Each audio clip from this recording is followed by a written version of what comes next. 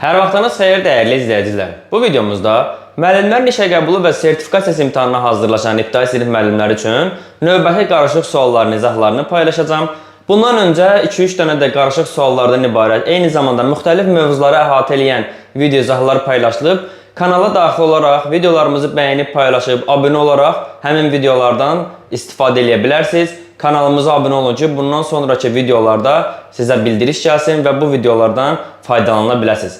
Eyni zamanda qeyd edeyim ki, bizim onlayn dərslərimiz dekabrın 15-20-si kimi dərslərə başlayır. 055 418 8202 telefon nömrəsi ilə əlaqə saxlayaraq bizim dərslərimizə qoşula bilərsiniz. Dərslər həftədə 3 dəfə olur. Bu 3 dərsin biri sırf olaraq mətnlərin canlı yayımda izahından ibarət olur. Digər 2 dərsimiz isə normal dərslərin tədrisi prosesi davam eləyir. Daha ətraflı məlumat üçün nömrə ilə əlaqə saxlaya bilərsiniz.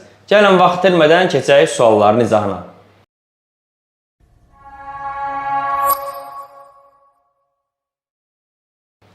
Başlayaq birinci sualımızdan. Sinifdəki gərginlik səy ilə çalışmağımıza mane olurdu. Nümunəsindəki sözlərlə bağlı düzgün fikirləri istəyir bizdən. Baxaq, sinifdəki isimdən düzələn yer zərfidir deyir. Burada sinif sözün köküdür, dəki leksikdir.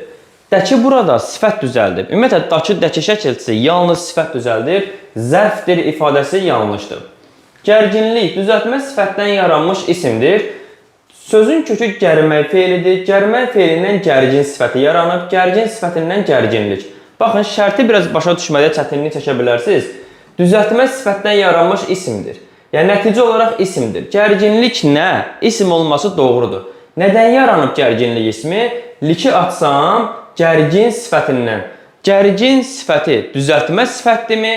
Bəli, gərməkdən gərgin yaranıb. Deməli, düzəltmə sifətdən yaranan isimdir şərti tamamilə doğrudur.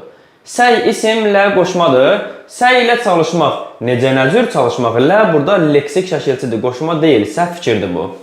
Çalışmağımıza mənsubiyyət və hal şəkilçili düzəltmə feildir. Baxın, çalışmaq sözün köküdür.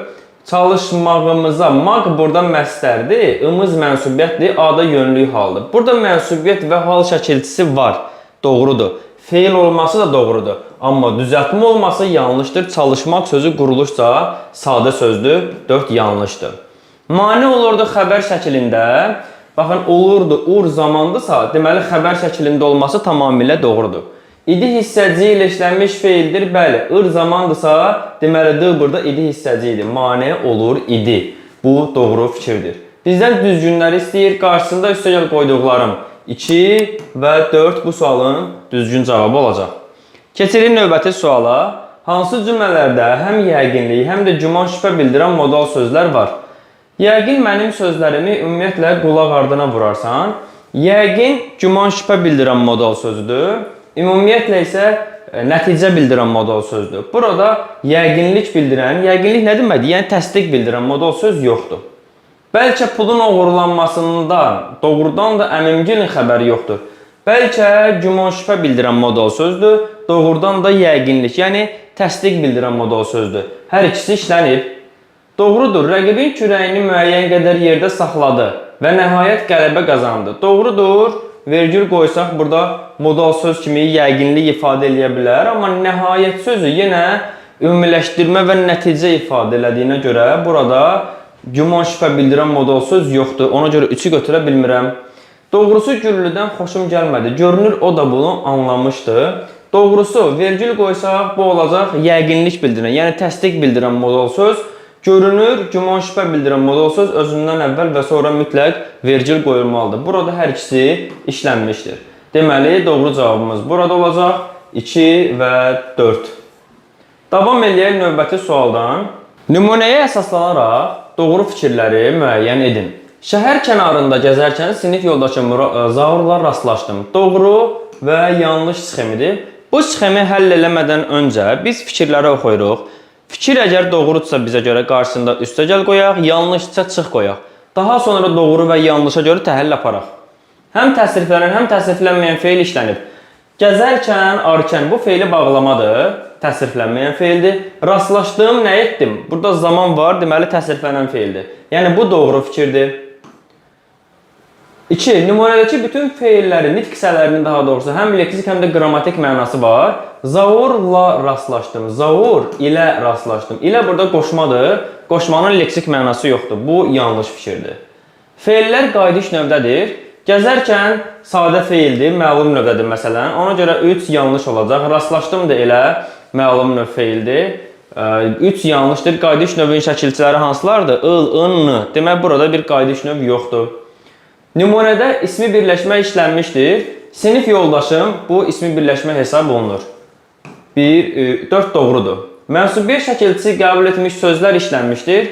Şəhərin kənarı, sinif yoldaşım, 2 dənə söz var. Deməli, sözlər işlənmişdir. Fikri doğrudur. Nümunədə işlənən feillər quruluşca düzəltmədir. Xeyr, dedik axı, gəzərkən sadədir. Ona görə bu yanlış fikirdir. Rastlaşmaq düzdür, düzəltmədir, amma gəzərkən sadə olduğuna görə feillər şərtində bu yanlış fikir olacaq. İndi, doğrunun qarşısında, altında üstəgəl qoyduğum 1 doğrudur. Yanlışın altında çıx qoyduğum 6 yanlışdır. Deməli, bu sualın doğru cavabı olacaq 1 və 6. Qrammatik normanın pozulması ilə bağlı uyğunluğu istəyir növbəti sualımızda. Söz sırası pozulmasına görə, şəkilçilərin ardıcıllığına görə və mübtəda ilə xəbər arasında uzlaşmanın pozulmasına görə 3 dənə şərt qoyub, üfüqə baş qoyur mürgülü günəş, günəş üfüqə baş qoyur. Burada fikir verirsiniz, sözlər cümlədə öz yerini dəyişmişdir. Ona görə söz sırasının pozulmasına görə 1A. Sonra B-yə baxırıq, B buradadır. Onlar vətən uğrunda canlarından keçmişlərdir. Keçmişdirlər olmalıdır. Lər və dir şəkilçisi öz yerini dəyişir. Şəkilçilərin ardıcıllığının gözlənilməsinə görə. Deməli, 2 olacaq B. C-yə baxırıq. Hər üçü birdən cavab verdilər. Cavab verdilər xəbərdir və cəmdədir. Hər üçü təkdədir. Fikir verirsiniz, mübtəda və kəmiyyət arasında, mübtəda və xəbər arasında daha doğrusu kəmiyyət uzlaşması pozulmuşdur burada. Ona görə 3-ə yazıram C-ni.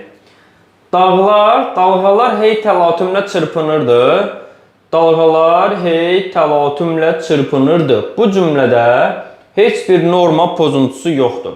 Deyə bilərsiniz ki, çırpınırdı, xəbərdir, dalğalar mübtədadır, mübtəda cəmdədir, amma xəbər təkdədir. Burada sadəcə uzlaşma, kəmiyyətə görə uzlaşma pozulub. Dalğa cansız cisimdir. Ona görə də cəmdə olsa belə xəbər təkdə olmalı, qrammatik normanın tələbinə görə. Yəni, D variantında biz burada xəbərlə mübtəda arasında uzlaşma pozuntusu götürə bilmərik. Çünki cansız əşyalarda onsuz mübtəda cəmdədirsə, xəbər təkdə olmalıdır. Məsələn, kitablar stolun üstünə düzülmüşdürlər deyə bilərik. Xeyr, kitab özü düzülə bilməz axı. Kitablar düzülmüşdür deməliyik. Yəni, normanın tələbinə görə. Ona görə D variantında verilən şərtlərin heç biri yoxdur. Eşit harayımı, ay mehribanım. Ay mehribanım xitabdır, eşit harayımı. Burada da heç nə yoxdur. Bir dənə nə ola bilər? Harayımı eşit.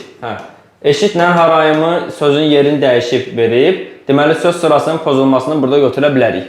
1-ə yaza bilərəm Y variantını. Deməli, 1A Y olacaq, 2B, 3C olacaq. Bu suallar açıq tipli suallar idi. Bəzən mən dərsdə açıq suallardan istifadə edirəm ki, variantsız tələbələrin biraz beyni açılsın. Yəni, çox da variantla işlənməyə meyilli olmasınlar. Növbəti suallardan etibarən biraz qapalı suallara da baxaq, biraz düşündürücü suallar gəlir. Fərqləndirilmiş sözlərin sintaktik vəzifələrini müəyyən eləyin. Zərflik, tamamlıq. Onlarda hər şeyə qarşı gizli bir maraq var. Əgər onlarda, bizdə, sizdə ifadəsi onların evlərində, bizdə dediyi zaman bizim evimizdə, sizdə dediyi zaman sizin evinizdə mənasını ifadə eləyirsə, yer zərflidir. Yox, əgər bu mənanı yox, onlarda, Əlidə, Həsəndə, Vəlidə bu mənanı ifadə eləyirsə, tamamlıqdır. Yəni, biz evi qoyaq, yoxlayaq. Ev əgər uyğun gəlirsə, zərflikdir. Uyğun gəlmirsə, demək tamamlıqdır.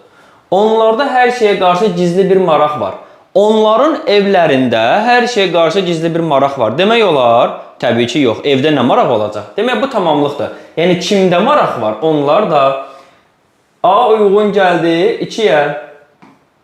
Gecəni bizdə qalın, tufan ötüşəndən sonra gedərsiniz. İndi bizdə sözünü bizim evdə ilə yoxuyaq.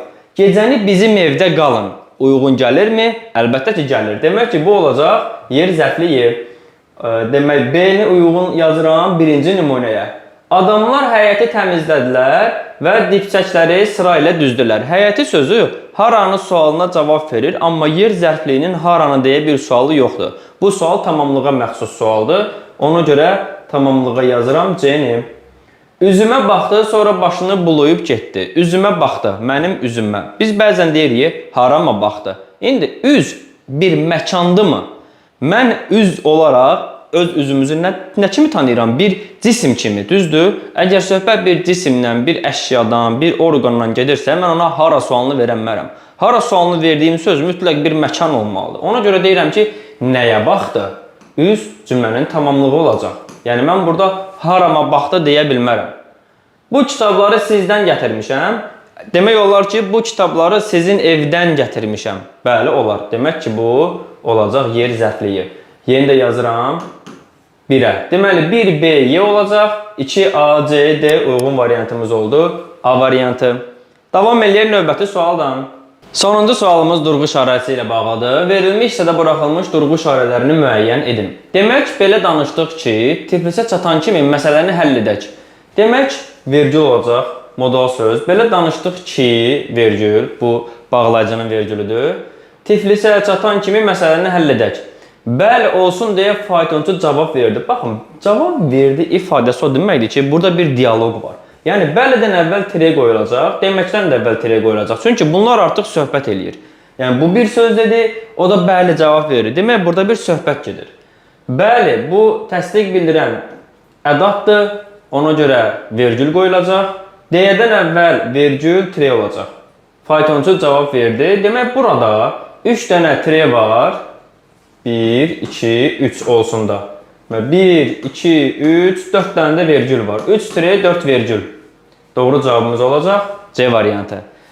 Dəyərli izləyicilər, növbəti sınağımızın da sonuna gəldik. Həftə ərzində paylaşılan bu videolardan faydalanmaq istəyirsinizsə, ödənişsiz bir formada bu videolarla hazırlaşmaq üçün kanalımıza mütləq abunə ola bilərsiniz. Eyni zamanda bizim dekabrın 15-20-si kimi açılacaq yeni onlayn qruplarımız sırf olaraq ibtidai sinif müəllimlərinin MİQ və sertifikasiyası üçün nəzərdə tutulmuşdur. Dərslərimiz həftədə 3 dəfə olacaq.